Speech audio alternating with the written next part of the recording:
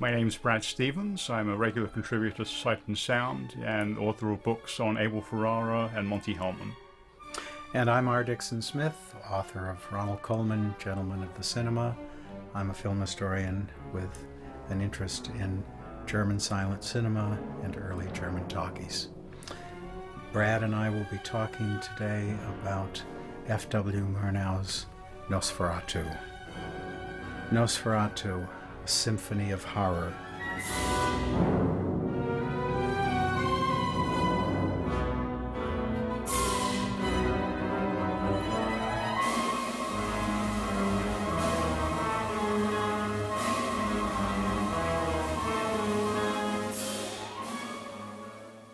Nosferatu is a Romanian word which means undead.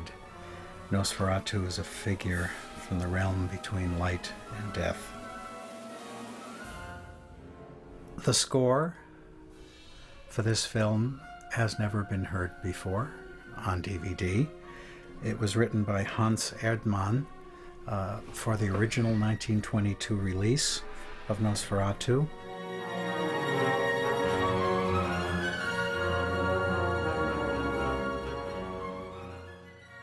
Hans Erdmann wrote the original score for Nosferatu in 1922.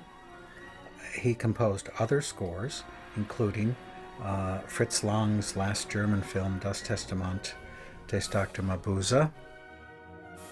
Henrik Gallain, who scripted Nosferatu, also scripted 2 years earlier Paul Wegener's Der Golem, and Alban Grau designed the sets and costumes.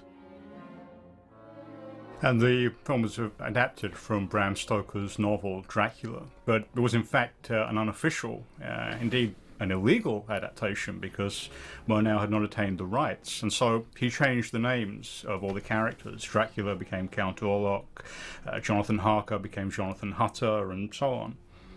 And in fact, the versions that were distributed in the West with English intertitles went back to the names from Stoker's novel. But the version you're seeing now has the original intertitles with the names chosen by Murnau. One interesting thing to talk about first, I think, is the fact that Nosferatu is a very important German Expressionist classic. But was F.W. Murnau an Expressionist director? I think not. I think he used Expressionist devices in his films because they were very strong, dramatic symbols, visual symbols. He was trained as an art historian at the University of Heidelberg. Murnau was a romantic poet. He gave us probably the most overwhelming and poignant images in all German cinema.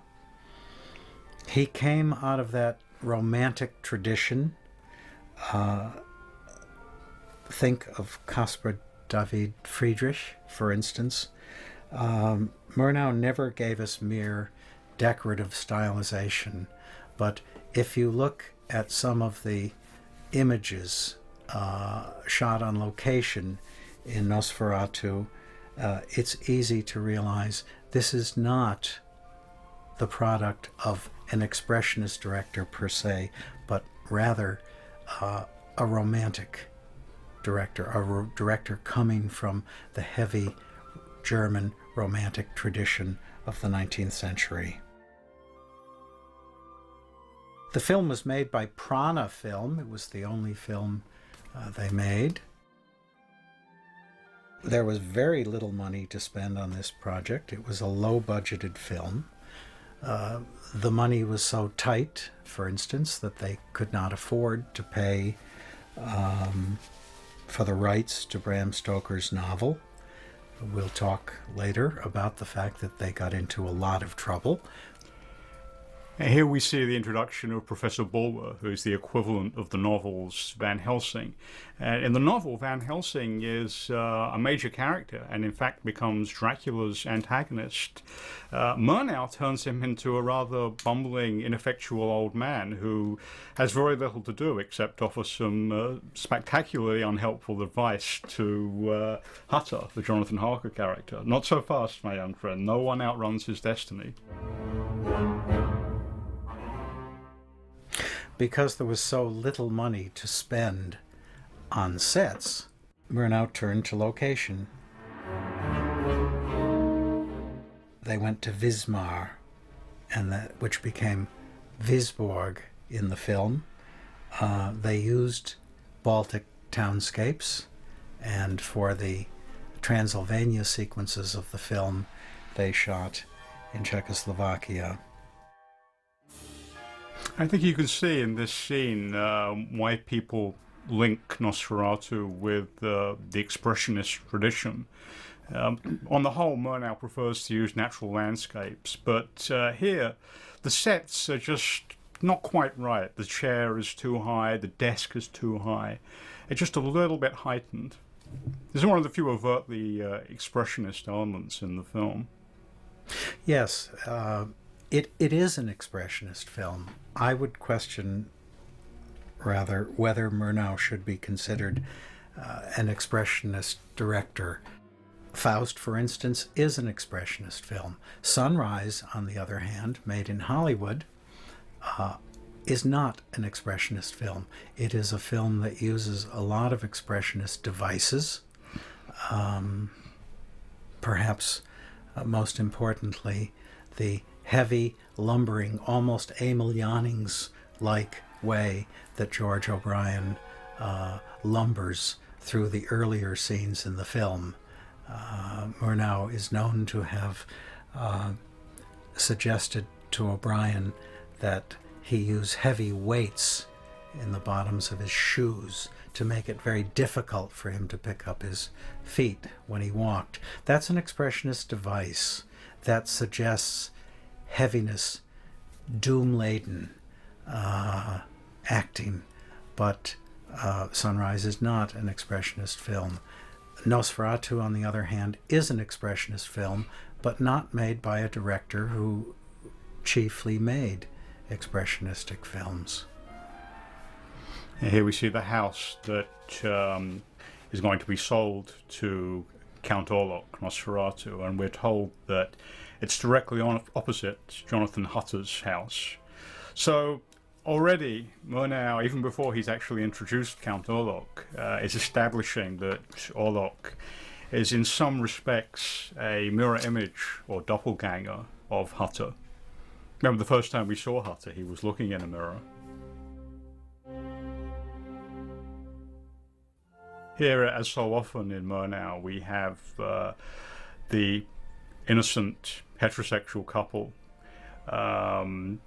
whose happiness is threatened by a single powerful individual. It's a structure that recurs in Tartuffe, in Faust, in Sunrise, and supremely in his final film, Taboo.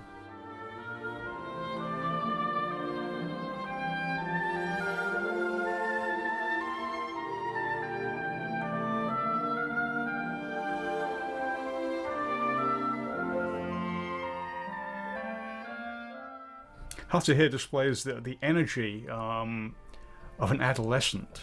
There's something almost pre-sexual about it. We never really feel that his relationship with Ellen is a sexual relationship. He's almost like a child. And Ellen here seems peculiarly lacking in vitality, a strong contrast with her husband. It's almost as if the threat represented by Nosferatu, Count Orlok, is already somehow present in their relationship. With Ellen, perhaps preternaturally aware of it, aware of its future coming, but Hutter not at all aware of it yet, not until he makes the journey to Transylvania. And there's a suggestion that Count Orlok is the embodiment of something, some perhaps sexual element, which is missing or repressed in the marriage.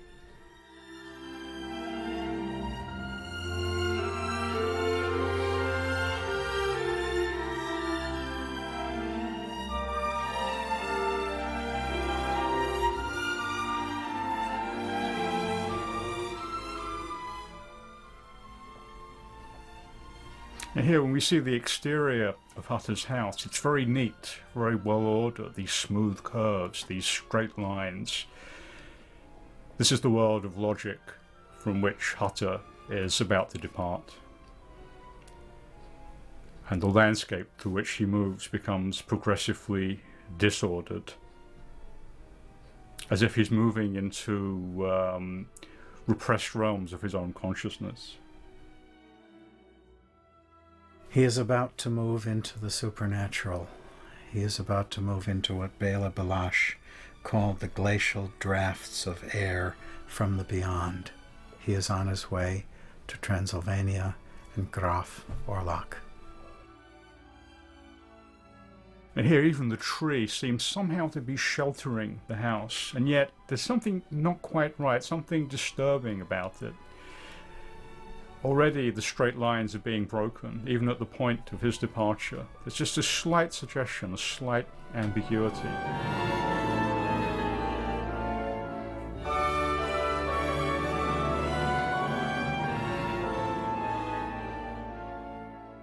He has now left his ordered, structured world and is about to venture into a nightmare, a supernatural nightmare. And here we see the hills, the forests, the lowering storm clouds, the great shadows of the supernatural. The scene we are looking at now, we have seen refilmed many times over in later versions of Dracula. But this was the first time. Harker, here rendered as Hutter, enters, and the moment he tells the landlord where he is going, jaws drop, spoons drop. It has become a cliche over the last 70 or 80 years, but this is the very first time. They know what he does not yet know, that he is about to take his life into his own hands by meeting Count Orlok.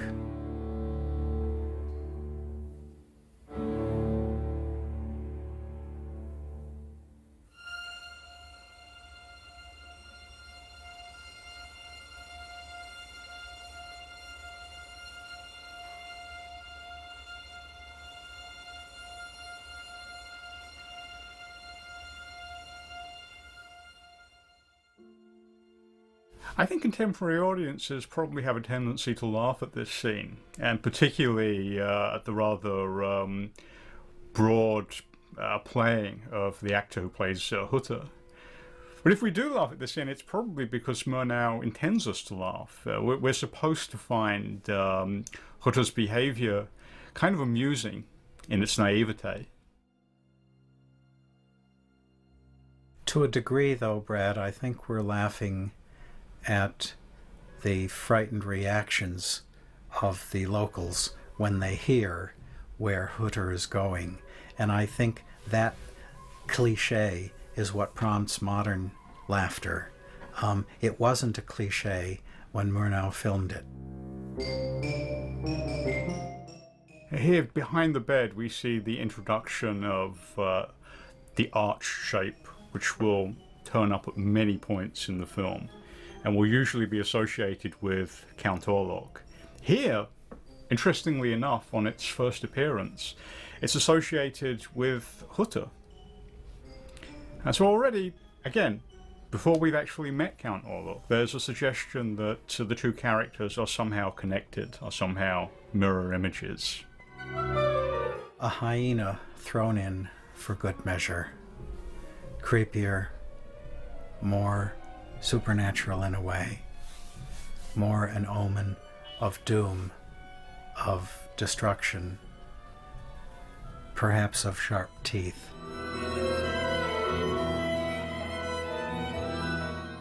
It's worth remembering that one of the first shots of the film showed Ellen teasing a kitten with a piece of string. That was the first reference to nature in the film. But as the film progresses, the references to nature become more menacing, less controllable, and will, of course, culminate in the introduction of Count Orlok, a representative of nature who will not be teased with a piece of string. But it's a double-edged irony, because ultimately Orlok will be defeated by Ellen. So there is a sense in which she manipulates him as shamelessly as she manipulates the cat.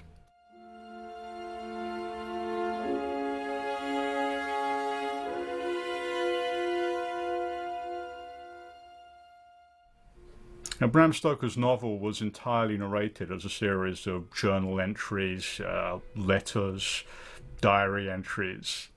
The use of these written texts in Murnau's film kind of relates to that. Not exactly, because there are no exact equivalents to these texts in the novel, but the idea is basically the same, a series of written texts guiding us through the narrative.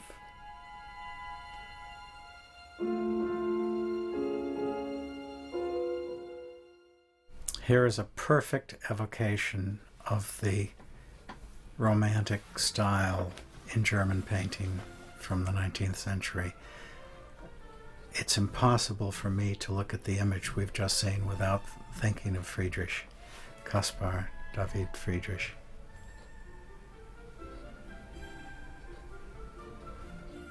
Again here, the clear use of the arch.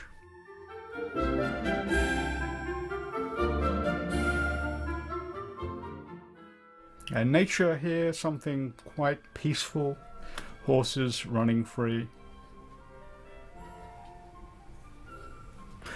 A contrast perhaps to what is about to come very soon after.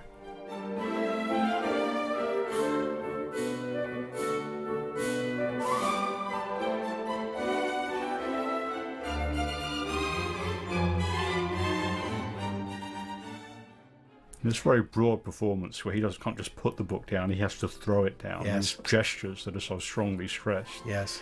And again, if we find this funny, I think we're supposed to find it funny because it's such a total contrast with what will become of Hutter. All of this childish, youthful energy will disappear. Yes, he's a naif. He has looked out the window and seen the light. He picks up the book, which suggests darkness. He can't grasp. He's too naive to grasp the darkness, so he throws it down. But look at those lowering clouds. Look at the formidable mountain crags. We are entering nightmare territory now, although Hutter doesn't yet realize it. He's about to realize it in a few moments. And whereas a classic expressionist film such as The Cabinet of Dr. Caligari made use of completely artificial sets to represent mental states, here Murnau manages to do the same things with absolutely natural landscapes.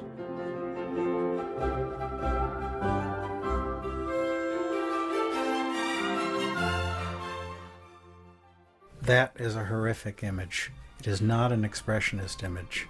And you notice when they cross the bridge just shakes slightly. Just a suggestion that Hutter is heading into a world which is not based on such solid foundations, the world of the subconscious.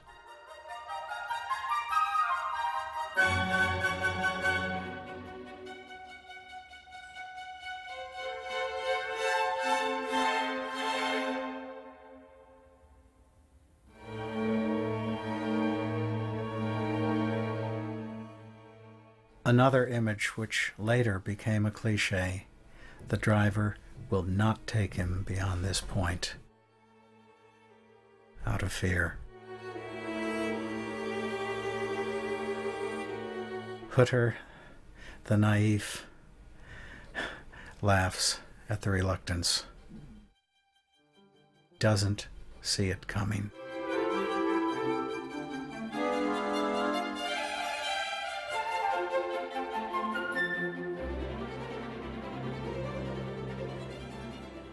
Another bridge image, the idea of crossing bridges. Again, a natural landscape used for symbolic effect. I think it's difficult to put ourselves into the minds of an audience that was seeing this film when it first came out. You know, now, as you say, all of these events are cliches. It's very difficult to imagine what it must have been like to see this without knowing what was going to happen.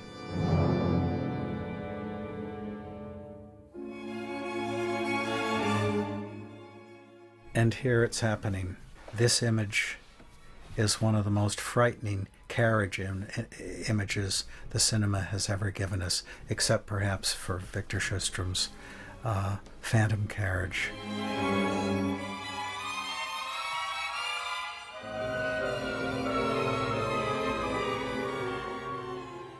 And note the use here of speeded up motion. And this is in fact the first appearance of Count Orlok, disguised as a coachman. And here there's almost the sense that Orlok has control not only over the characters but over the cinematic text. And his first appearance, suddenly we have speeded up motion, we have images in negative. It's as if the whole film's style changes as soon as Orlok appears. Some commentators have criticized the fast motion, and especially right here, the use of a negative image as a clumsy piece of stylization. I don't see it that way at all. It is stylized. It's very heavily stylized. It is suggestive of a nightmare. And it's not as if it's appearing at an arbitrary point. I mean, it's very clearly linked with the first appearance of Orlok. Yes. Things move the way they move in a nightmare. They do not move the way they should move. We do not see negative images in real life, but perhaps they exist in the dream world.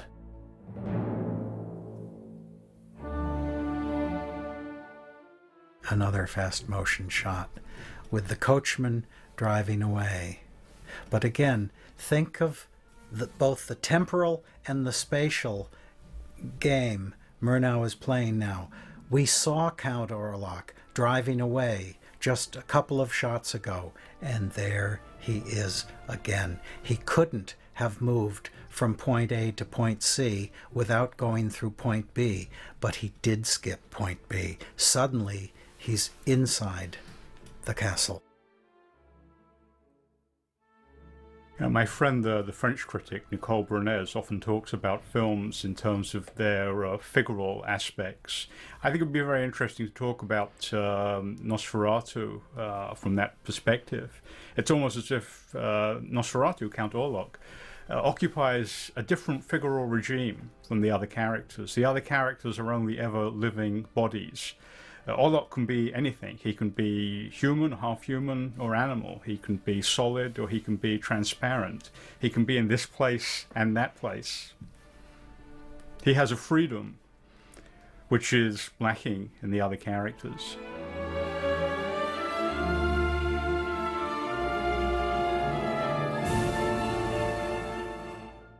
Again, the arch.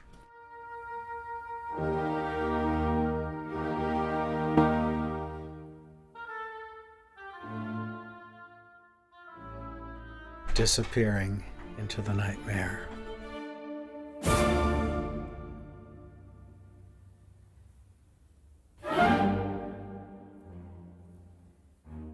Was this a set? Yes, it was. It's not clear to me how much he was using real locations. Here you can see the chair is just slightly too high. It's just a small expressionist touch. Now, look at that face.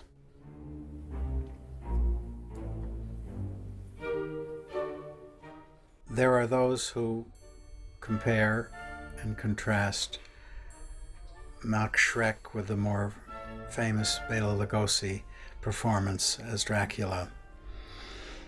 For my money,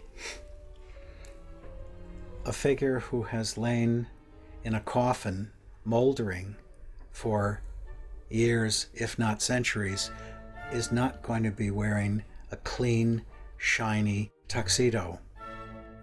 On the other hand, what he will be wearing has mold adhering to it for years, if not centuries. Look at that figure, look at that face, and look at that body. It's suggestive of contagion, contamination, desiccation. He's got the palpable stench of decay on him. Look at his hands. They're not hands, they're claws. He's got the pointed ears of a creature, and he's got positively rodent teeth.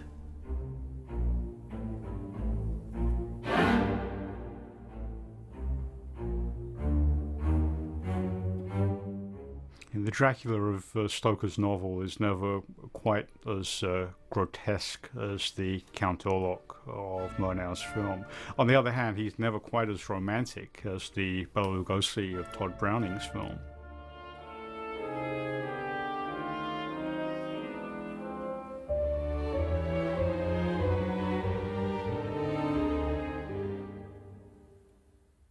And here, the sense that Hutter feels that he's awakening perhaps from a dream, as if the events of the previous night were not quite real.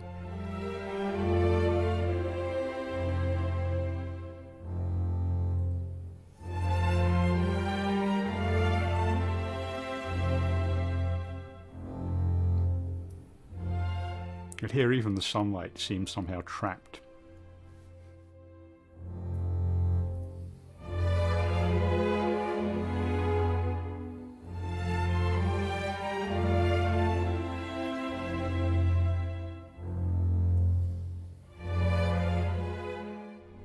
Let's check the neck.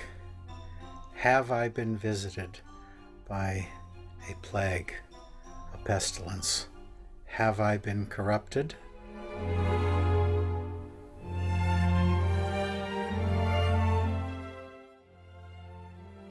It's almost as if he understands that there is the possibility of him being bitten on the neck, even though it hasn't actually happened yet. I've always assumed by the smile we see reflected in the mirror that he sees he has not been corrupted yet.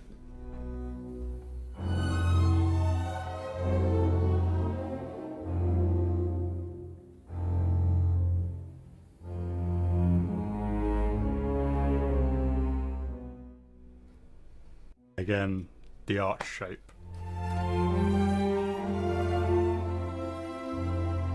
About half the time the arch seems to be associated with Count Orlok, the other half it's associated with Hutter, though very clearly reinforcing the idea that these characters are somehow mirror images of each other.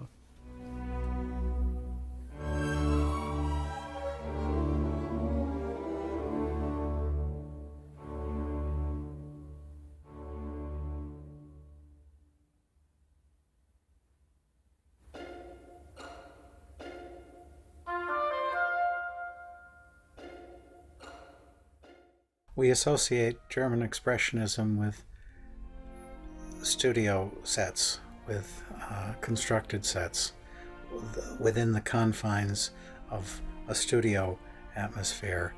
Here, we have an Expressionist film. Most of it is clearly expressionistic. The acting styles are frequently, especially Count Orlok, is a jerky, expressionistic acting style.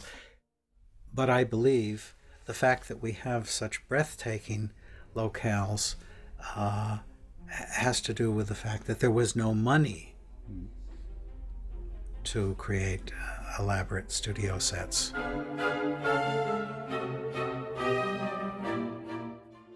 That was Murnau's genius, that he could find these locations which would so clearly represent psychological states.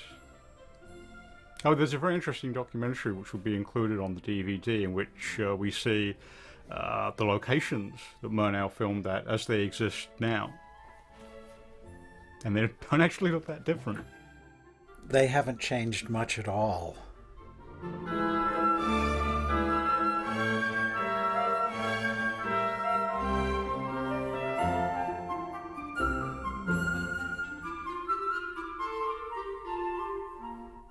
Again, I cannot look at this image without thinking of Caspar David Friedrich. That is a lowering, frightening shot.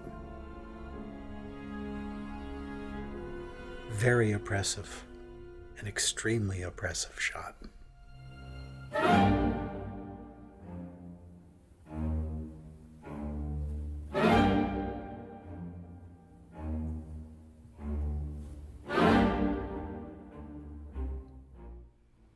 Now, Orlok here sees the image of Hutter's wife, Ellen, and immediately, for some reason, is attracted to her. This vampire is palpably animalistic. He is not a human being. He is an animal. Look at those claws. No human being ever had claws like that, except, of course, Howard Hughes.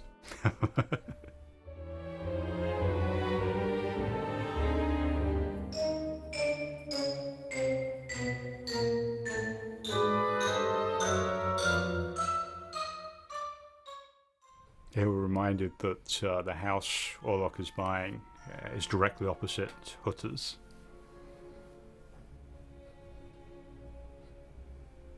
And by this point, I think even Hutter recognizes that there is some... he has some strange relationship with Count Orlok. That the reason Orlok terrifies him is because what he sees when he looks at Orlok is a side of his own personality that he's not willing to confront, or not capable of confronting.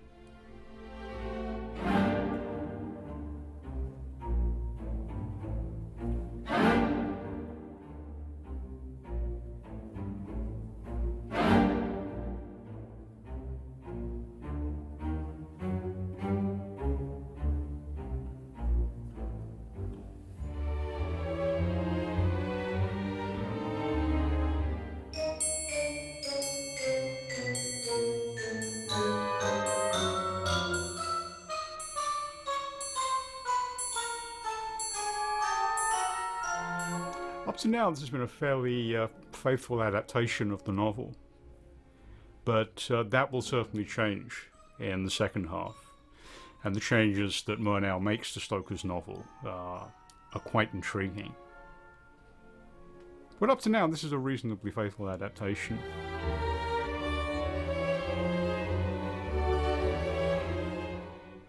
And we see that whenever Hutter is confronted by Orlok, all he can do is run, cringe back in terror. And in a sense, this evokes the first scene with Professor Bulwer, whose advice to Hutter was, "Not so fast, my young friend. No one outruns his destiny." And now we can clearly see that Hutter will make no attempt to outrun his destiny. All he can do is cower back and wait for destiny to arrive. Look at that hairless dome. Look at those pointed ears. Look at those rodentine teeth. Look at those claws. That is an animal. That is a predatory animal.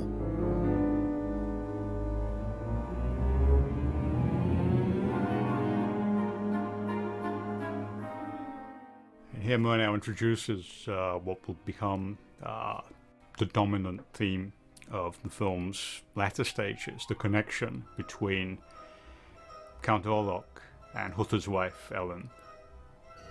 There's a sense that when she wakes up, it's almost as if she has dreamed the preceding events. And indeed, the relationship of those events to these characters is that of a dream.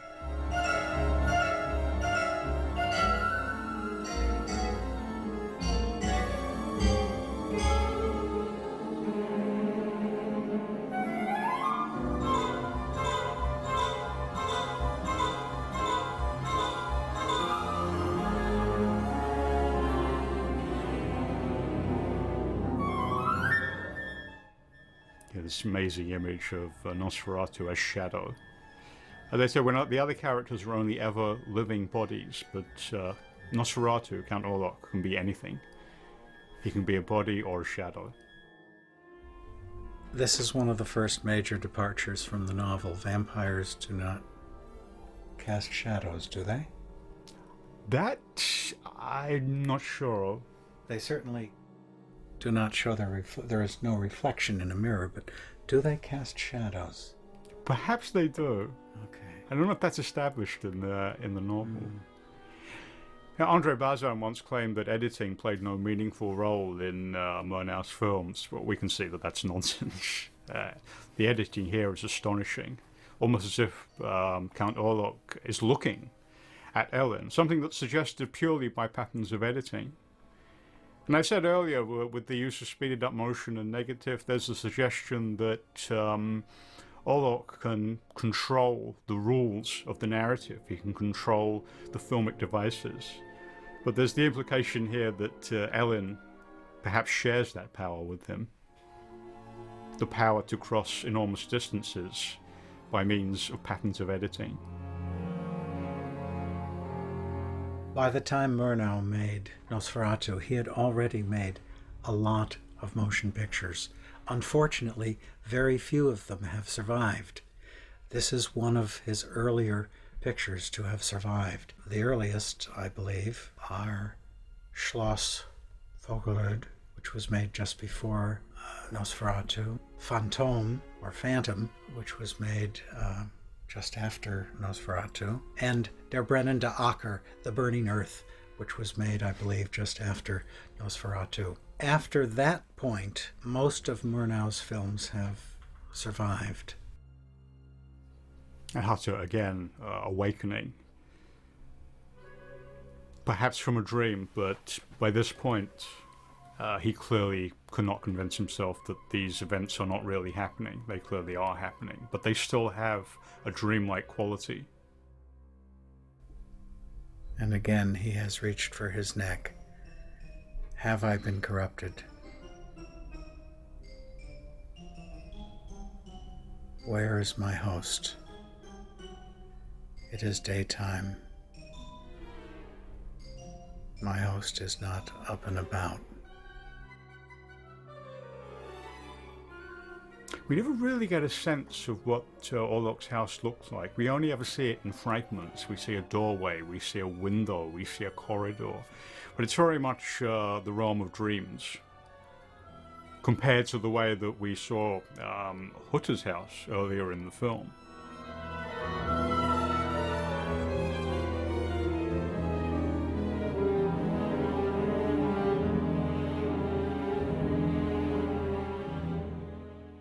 And again, when confronted with Orlok, all Hutter can do is cower back in terror.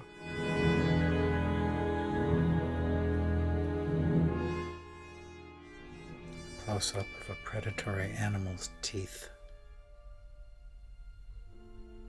This shot, I'm afraid, always produces laughter in modern audiences, from modern audiences. Why do you think that is? Most people don't ascend stairs on their bottoms.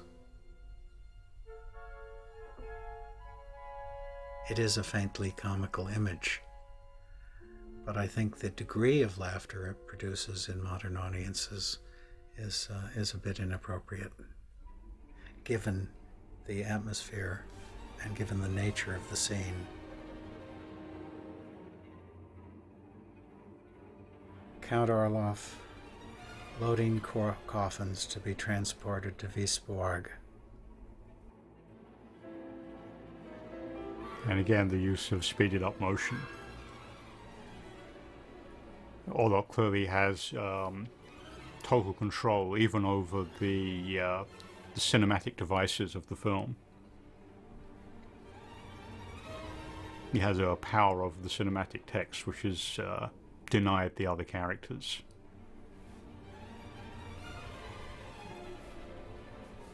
And even Hutter's attempt to actually do something instead of cowering in terror, his attempt to escape, takes the form of what almost seems to be a suicidal leap.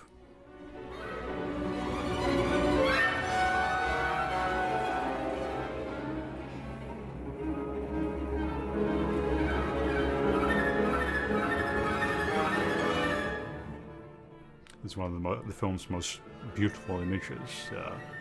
Orlok's coffin being transported along the river.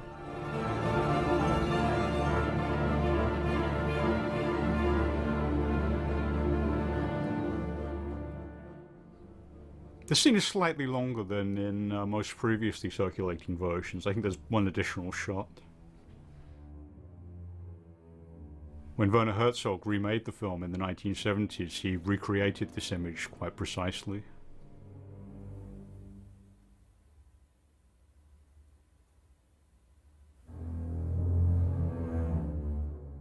Here we're back in the world of conventional normality, a world of clear lighting and straight lines. And notice the presence of the nun, a reference to the force of metaphysical good, as opposed to the metaphysical evil represented by Count Orlok. But it won't be the force of metaphysical good that defeats Orlok. Religion is quite powerless in this world. How influential was Nosferatu at the start? Well, it's important to remember that Nosferatu was almost a lost film. It was yanked from circulation based on the lawsuit that Florence Stoker brought against Prana Film, its producer. The film was barely seen. By the time Todd Browning made Dracula for Universal, the only prints of Nosferatu that were in circulation were bootleg prints that tended to show at private film societies. There would have been many people in the film industry who had seen it when it first came out, but I think the influence of Nosferatu came later.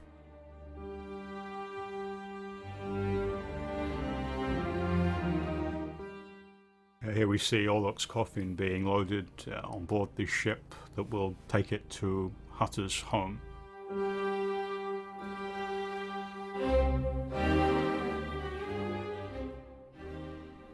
There's these lamps which barely seem to penetrate the darkness.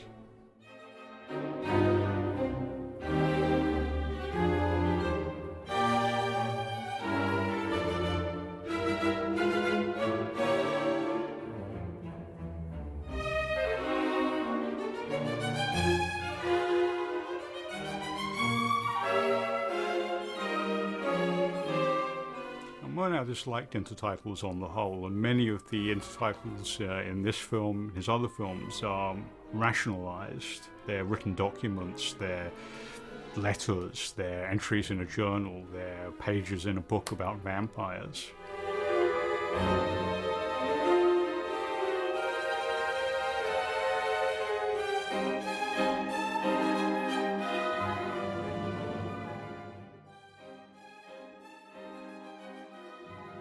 The coffin is about to be loaded into the hold, and Count Orlok and his rats are about to be transported and taken to Visborg, where they can infest and infect the entire community. And this idea of the monster being the bearer of plague, a plague which spreads and overtakes everything around it, this is an idea that recurs in several Murnau films, most powerfully in his final film, Taboo.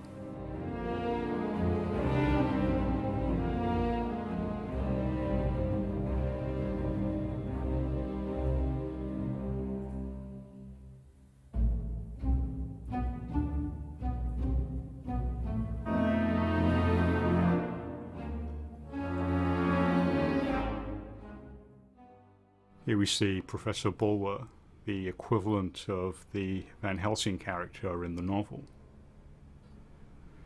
I think it's important to point out that in Stoker's novel, Van Helsing is one of the major characters. The final scene of the novel has Van Helsing leading the other male characters in an attack on Dracula, the vampire, while Jonathan Harker's wife stands off to one side, watching from a safe distance.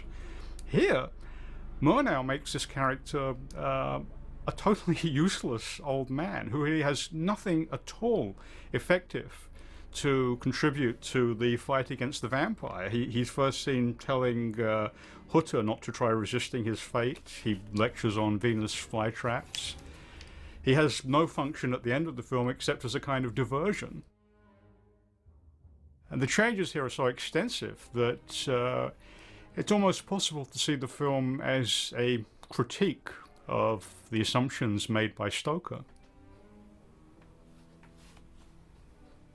And I wonder if it was Murnau's homosexuality that encouraged him to reject the emphasis on male heroics in Stoker's novel. Though, of course, we now know that Stoker himself was homosexual.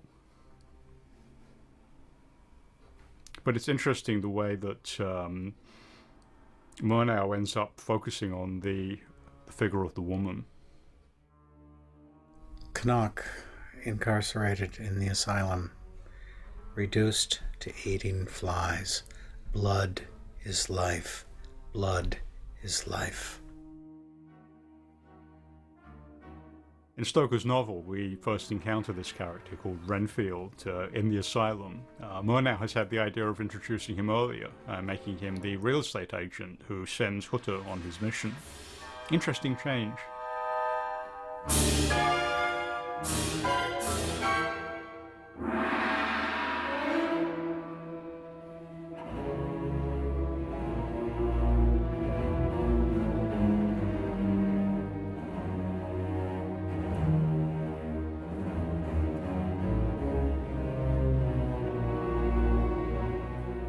Really, the only function of Professor Bulwer in the film is to reveal how little use and understanding of the world of logic is to the fight against Orlok. Bulwer compares his Venus flytrap with a vampire. But this knowledge will not in any way contribute to helping to vanquish the vampire. It's almost as if Murnau was underlining the uselessness of Bulwer's way of seeing the world.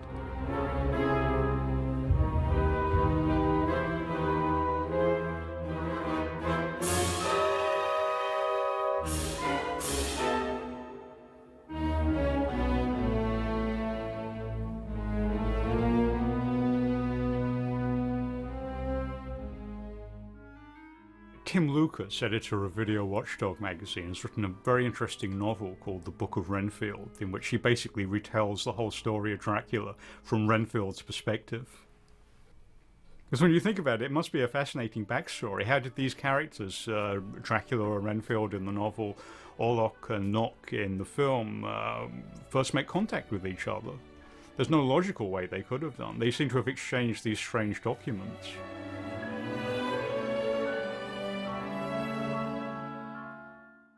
Now here is a scene that only turned up in the photoplay productions restoration that Kevin Brownlow did a decade ago, and the croquet scene on the lawn. Both the sitting on the bench looking out over the Baltic and the croquet scene. These scenes had not been in the print for some 70 years.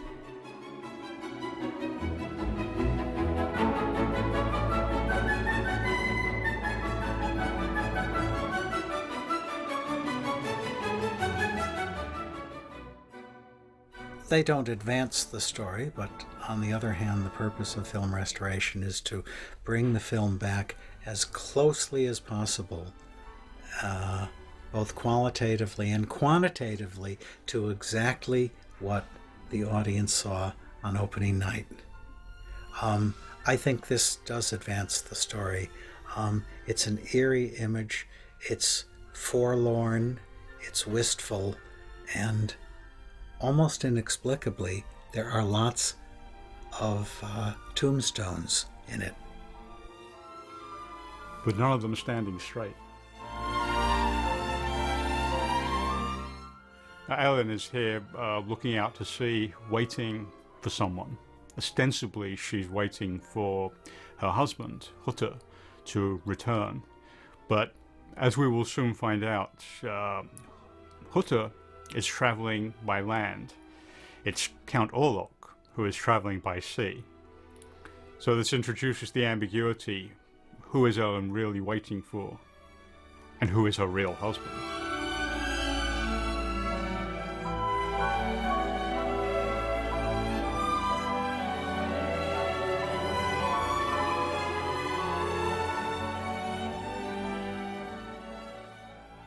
And as I said earlier, there's a bloodless quality about Ellen, which is not that different from Count Orlok.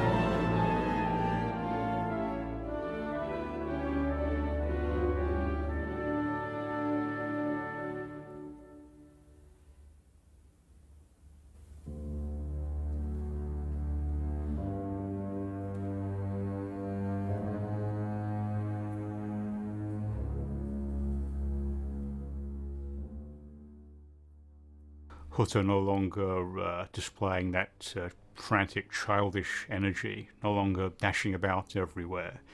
He seems to have been rendered somehow impotent by Count Orlok and his encounter with Count Orlok.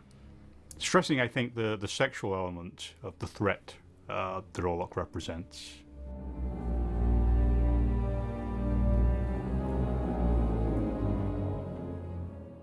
Here is our first full view of the Demeter, the ship that transports Count Orlok to Visborg, moving just as imperceptibly as the ship in Taboo. Almost without human agency.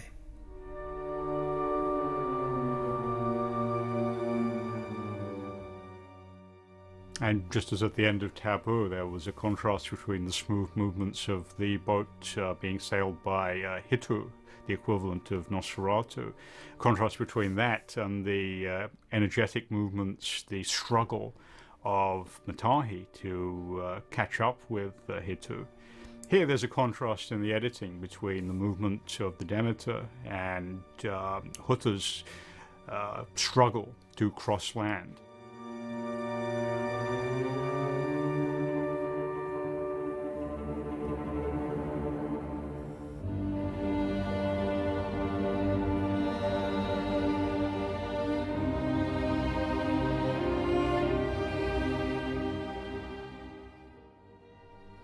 Here we see that the announcement of the plague.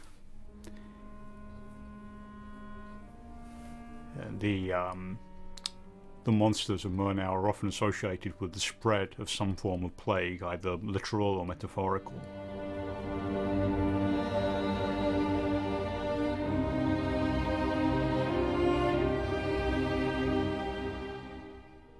In Taboo, for instance, Hitu is associated with the restriction on movement, which gradually spreads and overwhelms everything around it.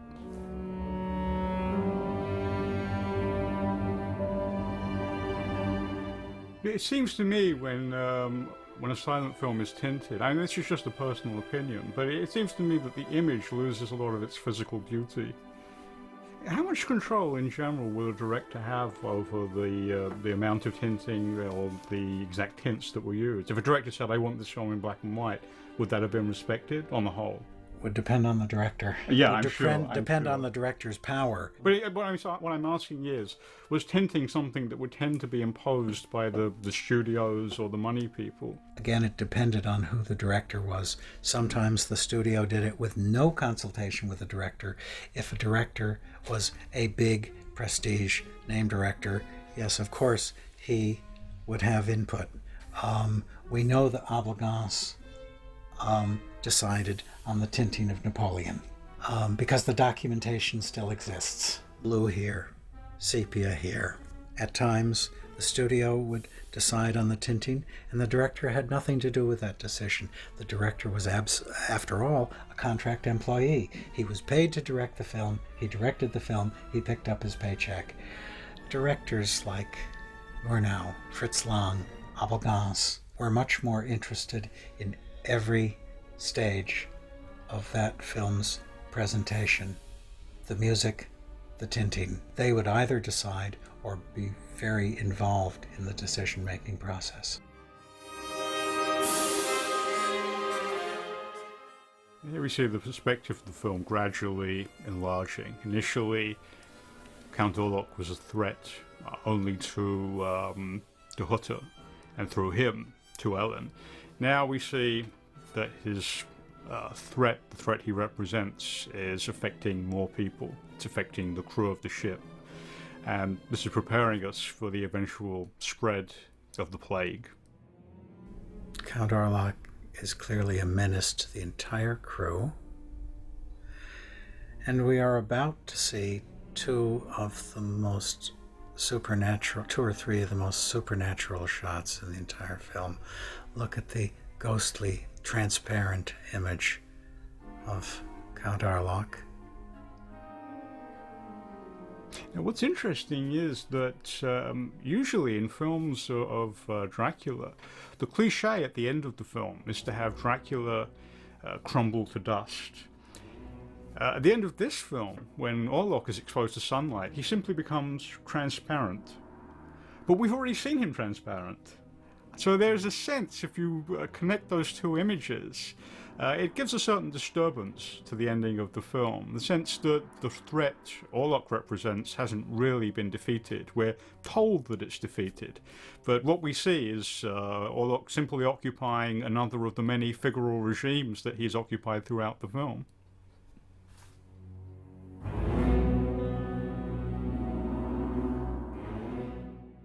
The use of artificial coloration in motion pictures goes back almost to the first decade. Motion pictures started actually in the early 1890s.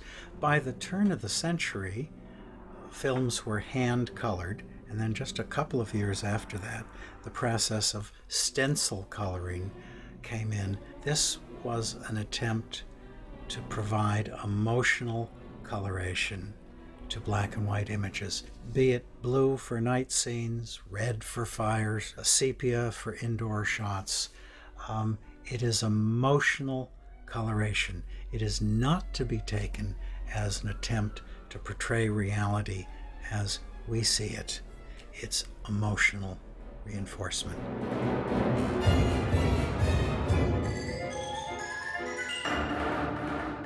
And of course, they weren't seamless prints sent out to the theaters. Every print had to be physically bathed in dye. From the beginning of this tint to the end of that tint, there were splices, because that particular piece of film was dipped in this dye and then hung up to dry. Then the whole film was assembled.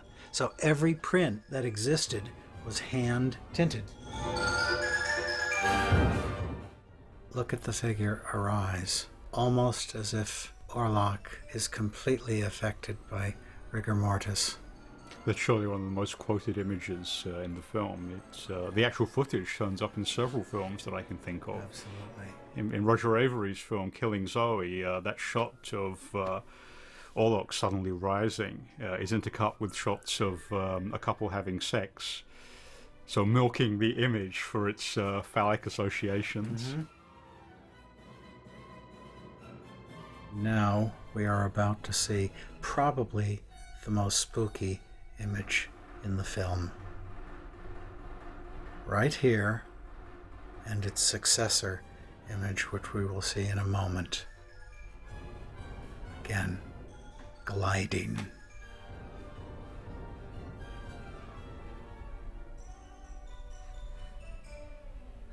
A phantasm, a nightmare image from our worst nightmares. The death ship has a new captain.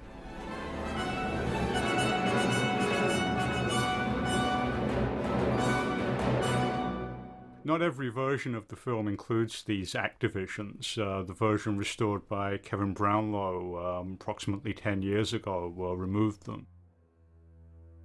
There are some versions that include them, but not all. Was that something that would have been just required in Germany because of the way that films would be screened one reel at a time?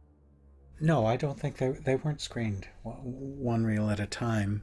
It's just a convention that German films used a lot in the first half of the 20s, in the teens and the first half of the 20s, that they divided rather as a throwback to cinema as an extension of a play, of a drama. It was a convention in Germany that was eventually dropped. But no, the film would never have been serialized. No, not serialized, but I thought that it wouldn't be possible to have smooth transitions between one reel and the next. Maybe I'm wrong, but... Breaking up a film into acts often had nothing to do with where the reel breaks were. I simply accept it as part of the tradition at the time. So many of the German Expressionist horror films were broken up into acts, because many, perhaps not most, but many German films of the first half of the 20s were broken up into acts. I have always believed that this was a continuation of, and perhaps an homage to, the dramatic tradition. I must go to him. He's coming. But who is him? Ostensibly, seems to be taken to refer to her husband, Hutter. But by this point, we will clearly understand her to be referring to Orlok.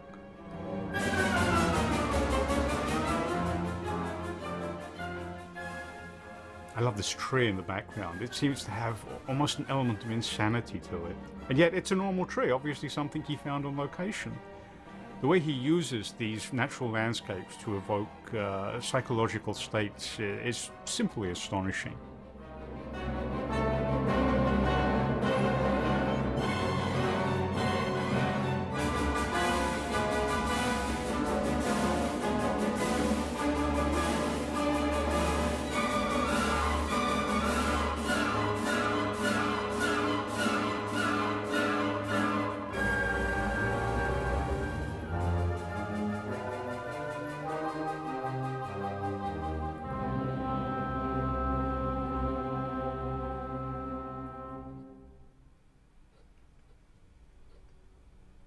And here is coming up one of the film's most famous images. The ship suddenly intruding into the frame. The force of irresistible fate. It's a shot that will be repeated in Murnau's final film, Taboo. Except there, the ship comes in from the other side of the frame.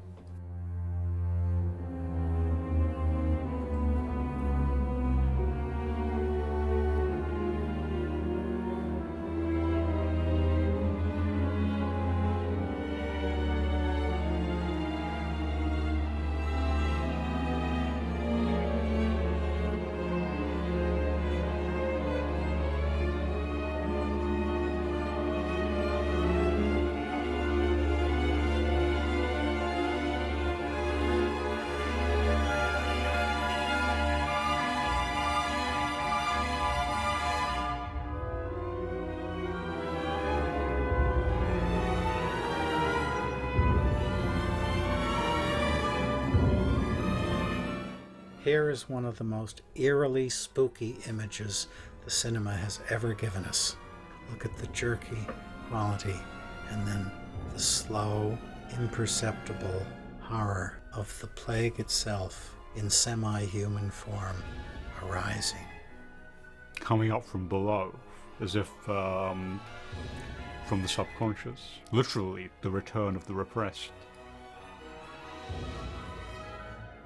Enopatalos has talked about seeing this restoration with the original Erdmann score on it, and he was struck by how powerfully reinforcing the original music and the original tinting were, how much they reinforced each other.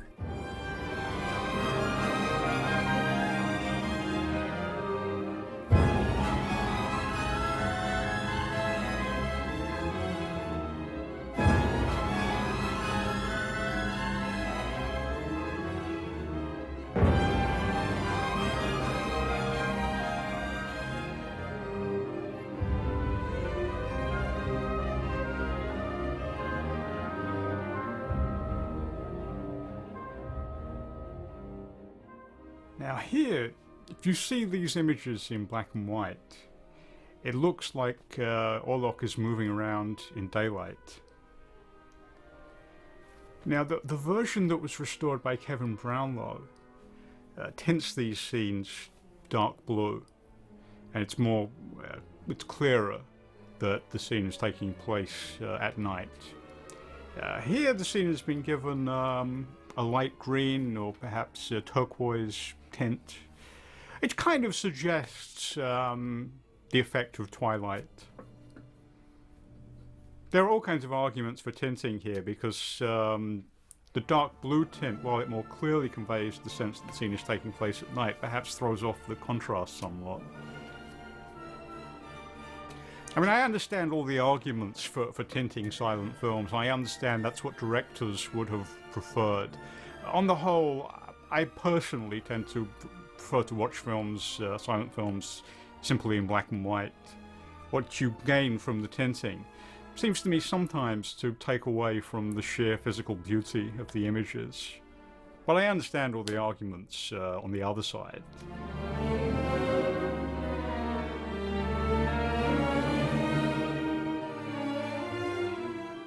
Looking at this image of Orlok carrying his coffin through the streets of Wiesborg seems an appropriate time to mention that German literature in general was frequently obsessed with things spectral and horrific. If you look at German cinema up to this point, you had Paul Wegener's The Student of Prague. You had Paul Wegener's Der Golem, just 2 years before Nosferatu.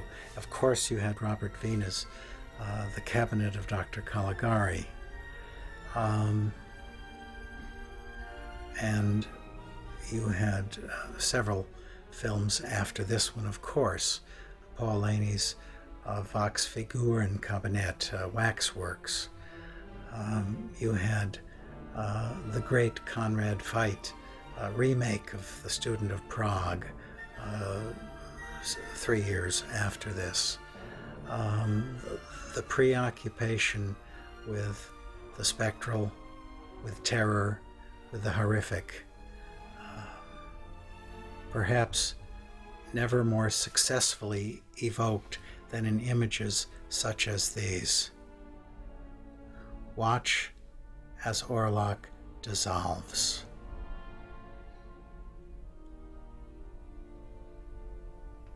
Vague, insubstantial, and palpably more horrifying as a result. You literally can't put your finger on it.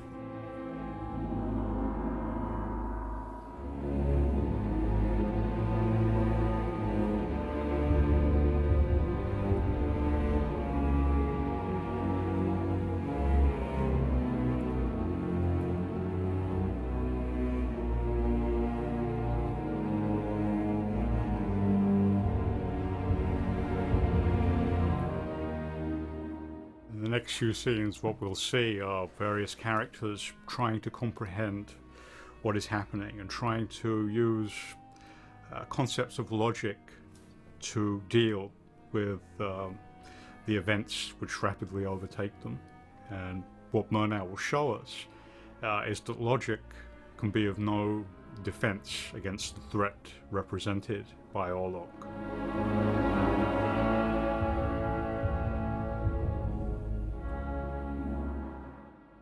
Many of the other horrific images in German cinema at this point were unsettling, to be sure.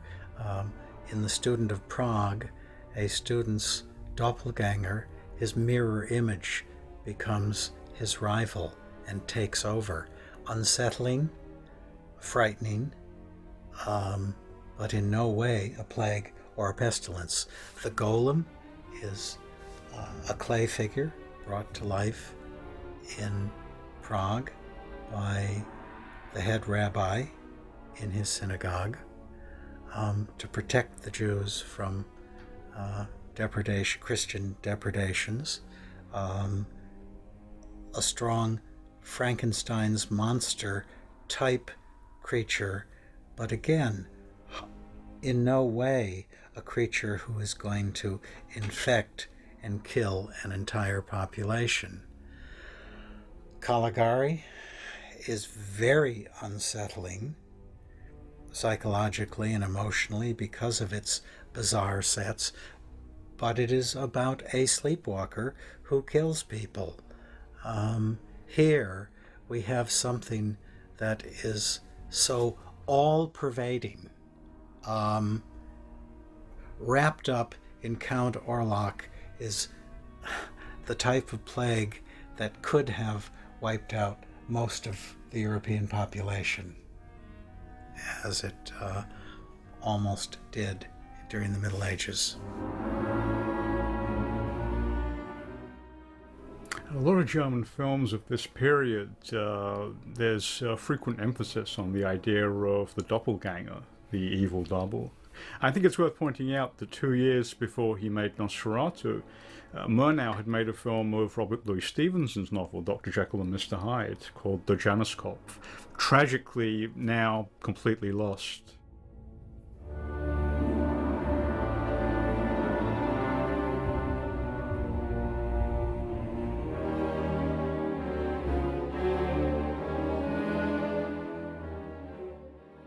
Well, Murnau was interested in certain structures, some of which would involve the confrontation with a double, a secret sharer, a doppelganger. This genre certainly enabled him to explore that interest. But then if you look at Taboo, he's exploring the same interest there with no hint of expressionism, quite the opposite, in fact. The doppelganger motif, of course, continued into the talkie period in German cinema. Perhaps its greatest example is Fritz Lang's M, in which Peter Lorre's Hans Beckert is a character, but his doppelganger, this other side, this Hyde image to his Jekyll, is a vicious child murderer. And as Hans Beckert himself says when he's on his knees, he says, why can't you help yourself? Ich kann nicht, I can't help myself. Ich muss, I must kill. That is completely a fractured, that is a split personality, a classic split personality. And that theme is prevalent and present throughout Weimar cinema into the 30s. I guess because a lot of the directors of Weimar cinema, and particularly Fritz Lang, ended up working in America for various reasons. There was a lot of German emigres who moved to Hollywood in the 20s, including Murnau, and then, of course, to escape the Nazis later on. But I think that interest in the doppelganger kind of fed into the film noirs of the 1940s and the 1950s, perhaps the influence of all these German emigres. Film noirs tend to be focused quite obsessively on the idea of the doppelganger.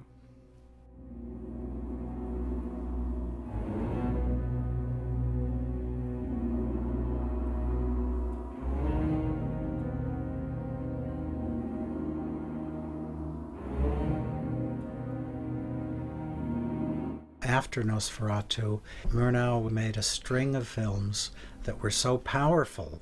Der letzte Mann, The Last Laugh, Tartuffe, and he made Faust.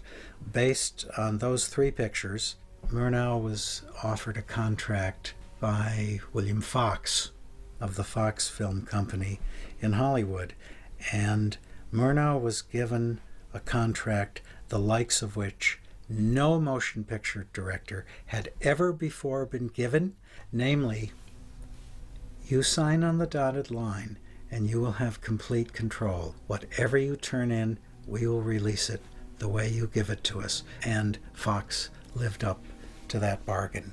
For Fox, Murnau made Sunrise. He then made Four Devils, also with Janet Gaynor, but that film unfortunately has not survived. His last film for Fox was City Girl, and he made it just as silents were giving way to the newfangled talkies as we came to know them thereafter. And Fox got cold feet. They shelved it for more than a year, and when they finally decided to put it out, talkies were already fully ensconced, so they brought in a hack and had him shoot some talkie sequences to turn it into a part talkie. Murnau was already gone. The talkie version has not survived. The only version of City Girl that has survived is the silent version, which was never released anywhere. And then, of course, Murnau and Flaherty went to the South Seas to make Taboo, and that was unfortunately Murnau's last picture.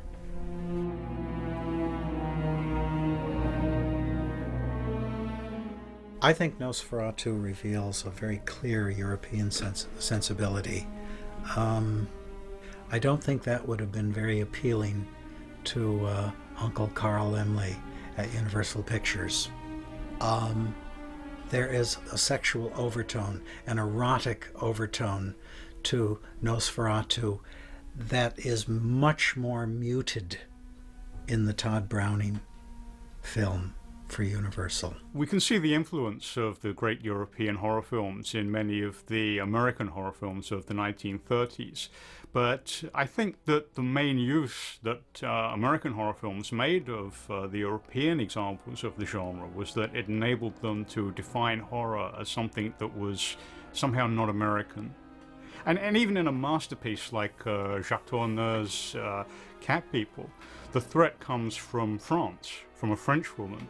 So horror, sexuality, these things always come into America from the outside. They are never of America. It wasn't really until the great American horror films of the 1970s that horror was redefined as something that developed within America. The influence of this picture was very strong and very pervasive. There almost wasn't any influence, of course, because this was a plagiarization of Stoker's novel, and the Stoker estate, fueled by Florence Stoker, Bram's widow, immediately sued Prana Film. She won, and Prana was forced to agree to destroy every print they had in their possession and to recall as many prints as they could. Fortunately for us, fortunately for film history, not all prints came back. And had they done so, this film would have been consigned to oblivion. But because it wasn't, and bootleg prints went to America and elsewhere, this film has had a very long-lasting influence. Brad already mentioned that Werner Herzog remade the film with Klaus Kinski many years later. Several years ago, there was a fictional film based on the making of Nosferatu called Shadow of the Vampire. Shadow of the Vampire. And I would mention, as far as not so much an influence, but certainly an homage to one of the great supernatural films of all time, I would mention Peter Bogdanovich's first film, Targets, made in 1968 and starring an elderly Boris Karloff. Boris Karloff's character's name was Byron Orlok. Clearly, an homage.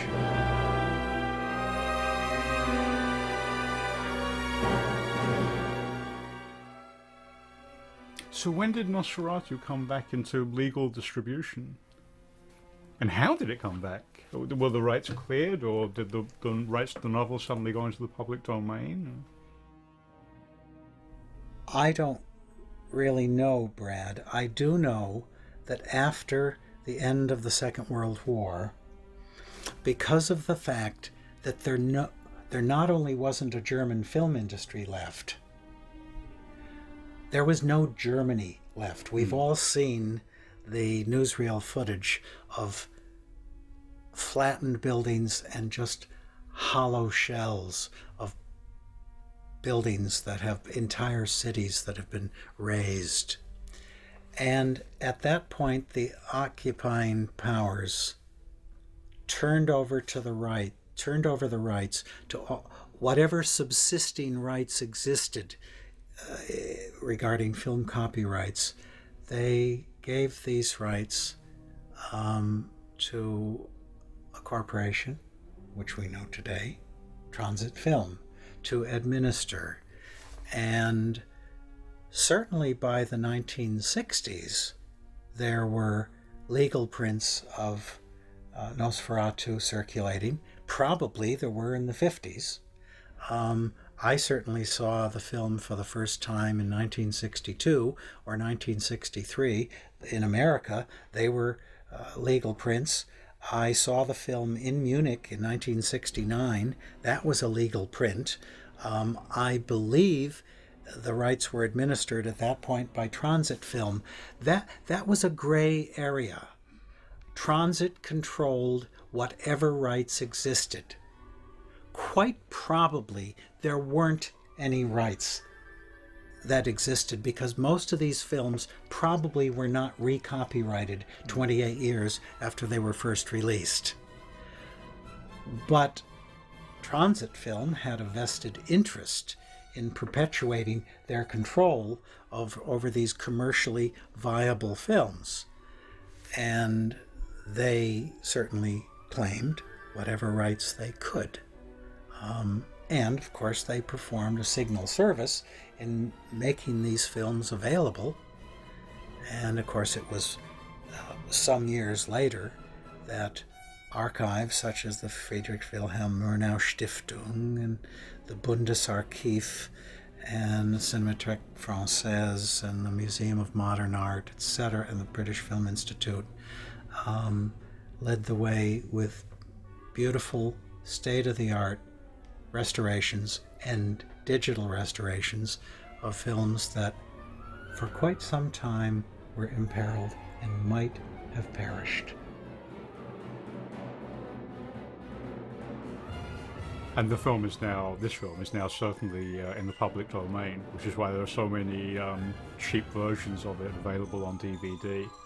But the transfer we're looking at now is absolutely beautiful. If you spend like £1 to get one of these cheap DVDs, you're not going to get anything that looks like this. You're going to have a truncated print, run at the wrong speed, with inappropriate music, largely. You might, if you only pay £1, you might even get a mute print.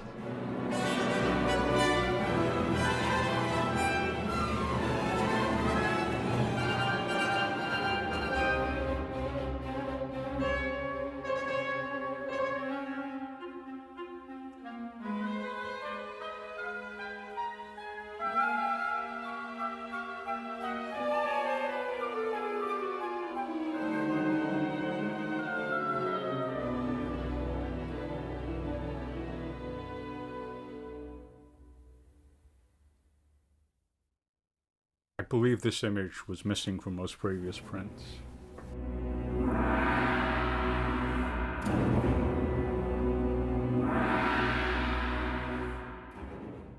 Constantly we have people waking up as if the events of the film are a series of dreams. Ellen here clutching her breast, suggesting the sexual nature of the threat that Orlok represents.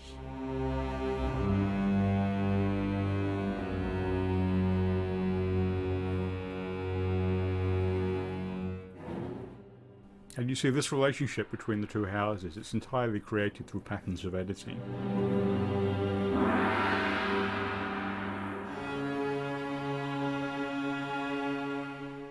And the window where Ellen teased the cat with the string, now there is the vampire outside. Which she will tease as shamelessly as she teases the cat. So Orlok will ultimately be defeated by Ellen. This scene and the final scene are both very erotically charged. Ellen in her nightgown, Ellen welcoming, throwing the windows open and welcoming this predator into her bedroom. This is the erotic power of Dracula as envisioned both by Bram Stoker and also by writers who preceded Bram Stoker. Think of the short story Carmilla. Or was it a short story? It was a novella. It was a novella by Sheridan Le Fanu, which preceded Stoker's novel by perhaps close to a generation, I believe.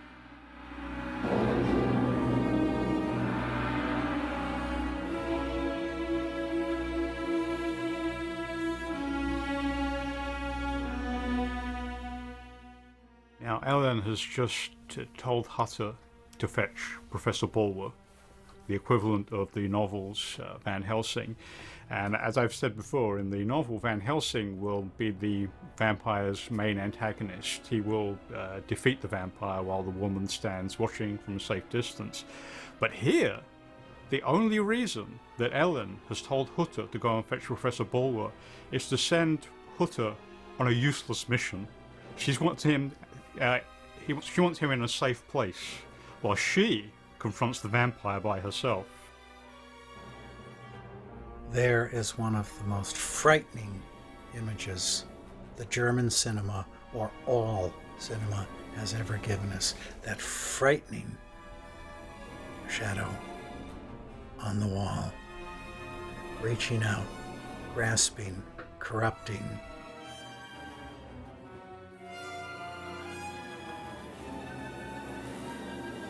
It's interesting that despite the changes made to the original story, this version is, I think, in most respects, closer to the Stoker novel than many later versions. Certainly the most famous version, the Todd Browning film with Bela Lugosi, wasn't really based on the novel. It was based on the stage play that was itself adapted from the novel.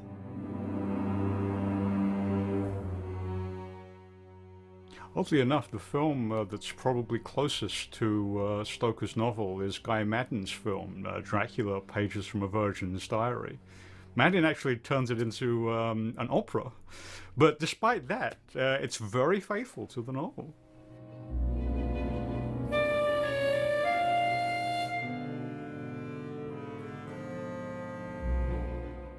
And here Orlok realizes that he's remained with Ellen too long. It's the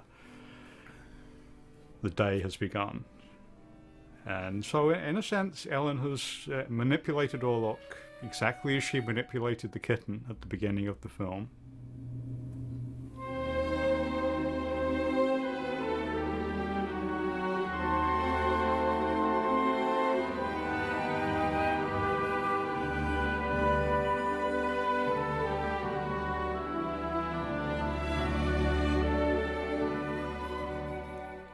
Professor Bulwer, the character who defeats Dracula in the novel, here this rather useless old man who has nothing effective to add to the fight against Orlok. And here we see the day beginning and the death of Orlok.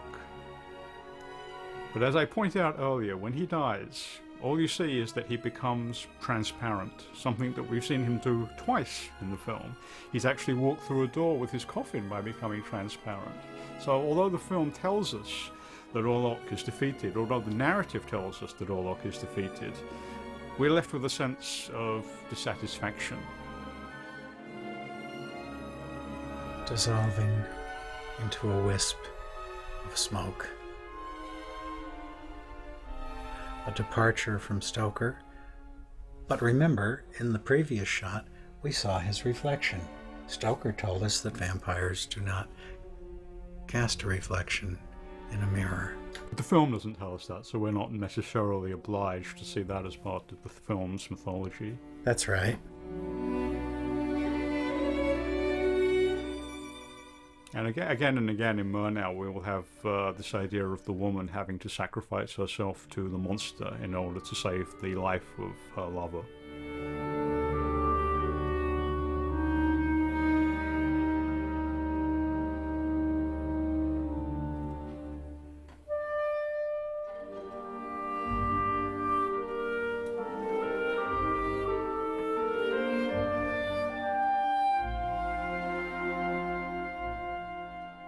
It does seem to me that Murnau is almost offering a critique of the novel in the way that he focuses on the figure of Professor Bulwer here. If we've read the novel, if we know the role this character plays in the novel, we can't help but be struck by the total absence of any effective role for him to play in the film.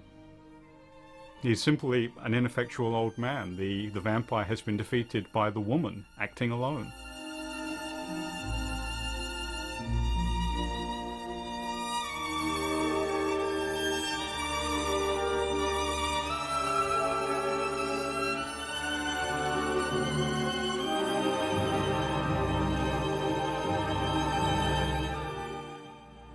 I am R. Dixon Smith, and I'm Brad Stevens, and we're delighted to have been providing the commentary track for the Masters of Cinema release of Murnau's Nosferatu.